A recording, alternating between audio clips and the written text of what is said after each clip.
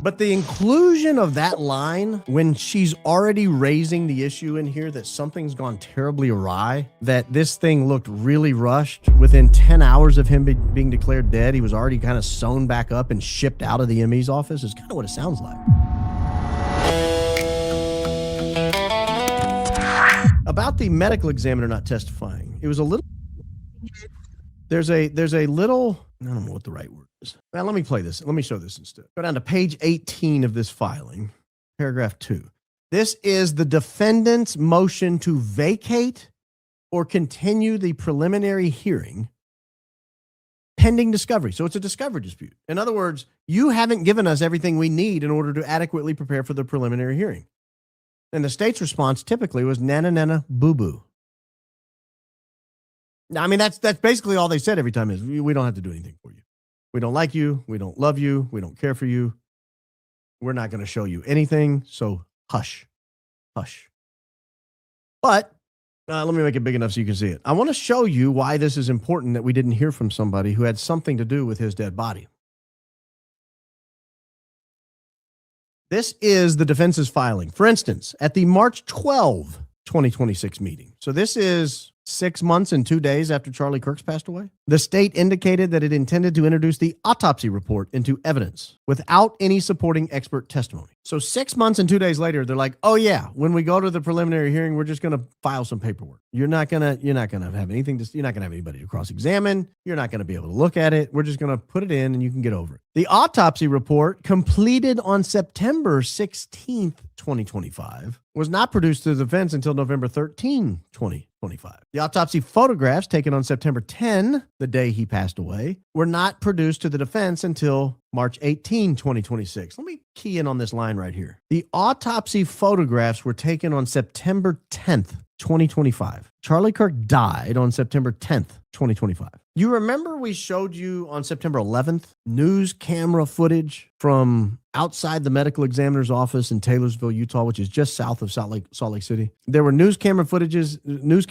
there, and they had been posted up since before 5 a.m., and they were there continuously until after 5 p.m. They were there for 12 hours, and they never saw the body leave. No one ever saw the body leave, which was a little bit of a shock at the time because we know he left the hospital. There was a parade of cars that included a medical examiner, a mortuary transport service, the family, and others. There was like a parade of, 10 or 20 cars. And they all left Timpanogos Hospital in Orem, Utah at 8 p.m. And they headed to Taylorsville. You got to drive to Taylorsville. You're in a train of cars. You got to turn into the office there in Taylorsville. You got to back the transport van up to the door. You got to get, 6 grown men to carry him out and put him on a stretcher and then wheel the stretcher in. And now you got to prepare the body. You got to get your team assembled, your team together. You got to identify everything. They were already doing this before midnight. All the photographs were done before midnight. Now, keep in mind, autopsy photographs are not just of the body beforehand. If you've ever seen a series of autopsy photographs, it is all during the autopsy, particularly around the wound inspection, and you might have x-rays, you might have all kinds of stuff, all completed before midnight, according to this paragraph right here. That seems awfully fast to me. I challenge the state of Utah to show me another example of an autopsy that was completed within 11 hours and 37 minutes of someone dying. Charlie Kirk was taken down at 12:23. I don't believe he was declared dead for like an hour or two. So from the time he's declared dead, we'll call it 2 o'clock, 2:30. 1:30 to 2:30, somewhere in there. From the time he's declared dead until all of the autopsy photographs that were taken were finished was like 10 hours. And we know he didn't leave Timpanogos Hospital for like 6 of those 10 hours. What the hell was the rush? Why were you in such a hurry? Air Force 2 did not arrive to Salt Lake City until 3:30 p.m. Or maybe it was later than that. Why was it so important to have the autopsy done before midnight? I take you back to the Sean Ryan show. I'm going to come back to this in just a second. So I'm going to pull it down for a second. I take you back to the Sean Ryan show. Something happened with his autopsy, and it was unusual. How do I know that?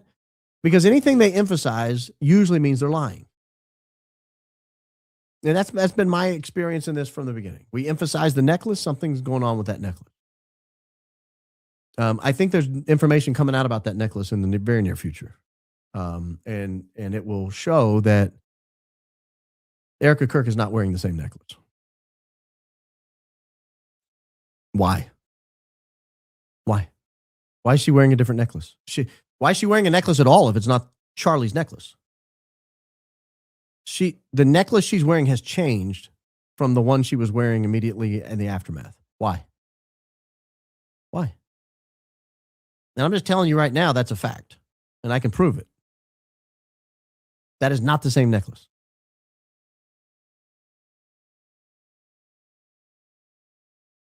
Why?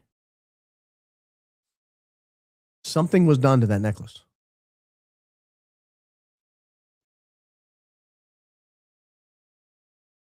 I'm tempted to spill the beans right now. I'm not going to. There's a characteristic on the necklace that has changed. And that characteristic indicates that it's not the same necklace. That's all I'll say for right now. That's not a statement I make just out of the blue. There's evidence behind that. Anyone pushing FedSlop needs to ask her, what's up with the necklace? Did you change the necklace in any way since the day Charlie died? What did you change? Because I'm going to tell him eventually what was changed and see if she lies to you first.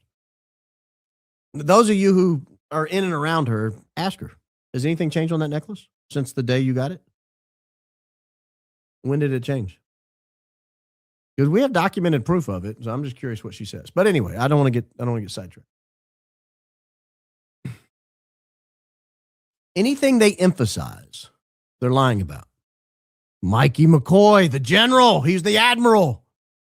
Mikey McCoy was standing strong. He was ordering people around. You, here. I need 2 planes. I need 5 cars. I need 6 hotel rooms. I need a bald guy and 3 passengers. I don't know what he was ordering, but he was ordering something. That's what they told us. The reality was, after you talk to people in the room, he was a mess. He was a wilted flower. He was absolutely broken. He was unable to do anything. He was basically in the fetal position. And we did get a little picture of Charlie Kirk's body leaving the funeral home in Draper, Utah, and everybody else was kind of carrying the body, and Mikey McCoy was curled up on a chair. He looked terrible. Looked terrible. So they emphasized Mikey McCoy's greatness. They were lying about it. So anything, they emphasized the necklace, they were lying about it. Something happened to that necklace. It's a different, there's a different characteristic on that necklace. And when we roll that story out, you'll understand what I'm saying, and you'll go, whoa, that's gross. What happened? What is going on here? Why did that happen, by the way? Another thing they emphasized. You remember the CPR? Oh, yeah, I was doing CPR. Well, I wasn't really doing CPR. I might have tapped him on the chest a few times right before he rolled up. Well, were you doing CPR or not? They're lying about it. Oh, Rick, he was holding on to me for dear life. Oh, Rick Cutler. He had the tattoo, you know. So I was confident he was going to hold me and I could just work. Okay. You're lying about it. You're emphasizing it. You're lying about it.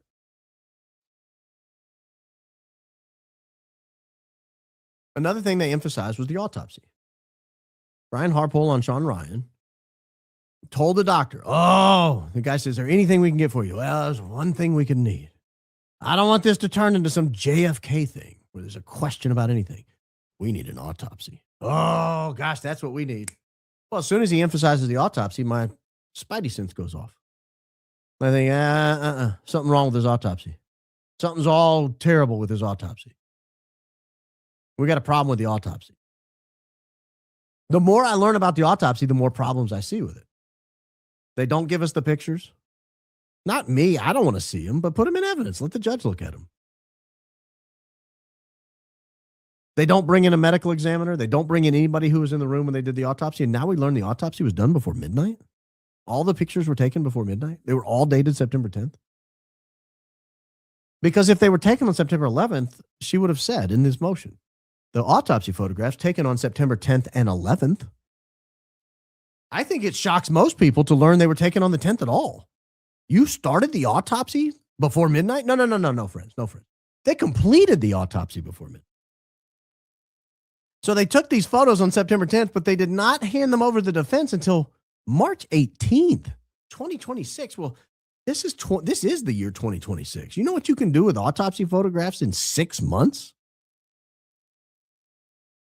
I mean, I could take a picture of myself and my kids right now, and I could fairly convincingly make them look like anything. I could put scars on their faces. I could have their hair changed into all different things. I could put birthmarks across their foreheads. I could, have them missing an arm, maybe mangle an ear, and it would be very convincing. If you give me 6 months, I could do that in 6 hours. You give me 6 months, I can create anything I need to create. So why did it take them 6 months to get the pictures over? I'll let her continue. I don't want to get bogged down on this. With the report and the photographs, the defense is now in a position to provide an independent pathologist, so they want to hire their own expert, with some of the discovery tools necessary to conduct an independent evaluation of the autopsy. In other words, did they do everything they were supposed to do? Did they do it correctly? And did they conclude the right thing?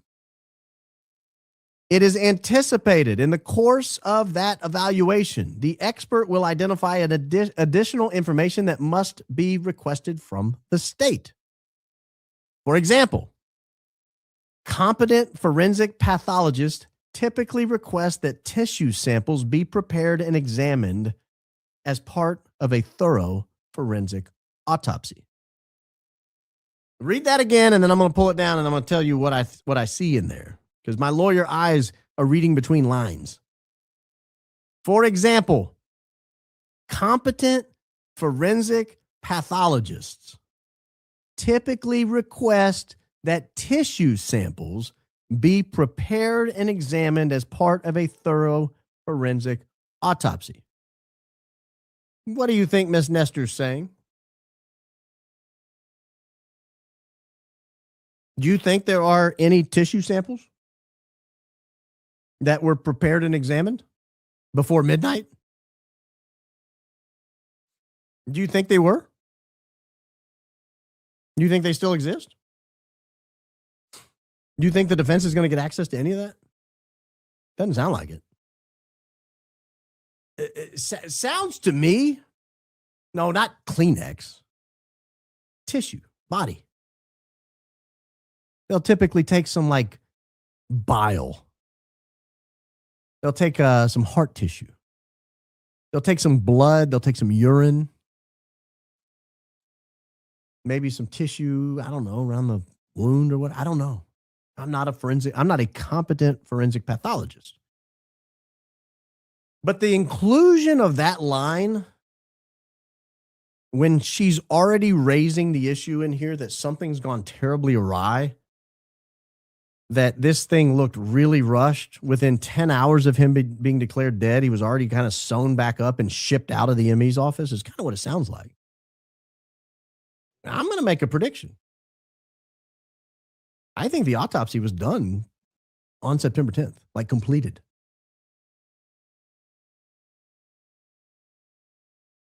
I don't think it went over into the 11th.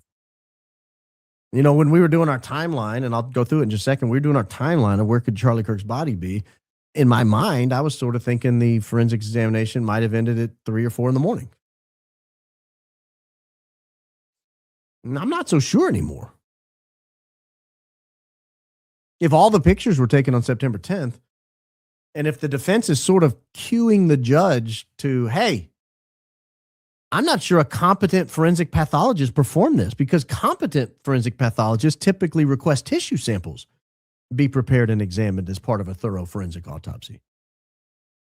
And it sounds like we didn't get any evidence of that or any record of that when we received the autopsy on November 13th and the autopsy photographs on March 18th. Sounds like Ms. Nestor might not believe that it was done properly. I don't know. We'll have to wait and see. But I read a line like that and I think, oh boy, Tyler is in a lot of danger. He is in a lot of danger. This case can't go to trial.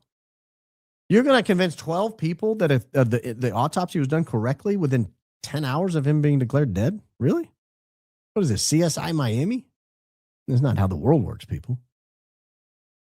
Not how the world works. They get the body by 8:30 or 9, and they're done by 10, by midnight? No. Stop it. You can't tell me that. Now, we might learn that when the autopsy report is produced that they didn't finish until 3 or 4 in the morning, and they did a competent examination, and there were tissue samples preserved. And, oh, I'm sorry, defense, I didn't know you wanted to look at them. Well, here's where they're stored, and here's where you can get pictures of them, and here's where you can get descriptions of them. Well, what else do you need? But it doesn't sound like that's the way it's going.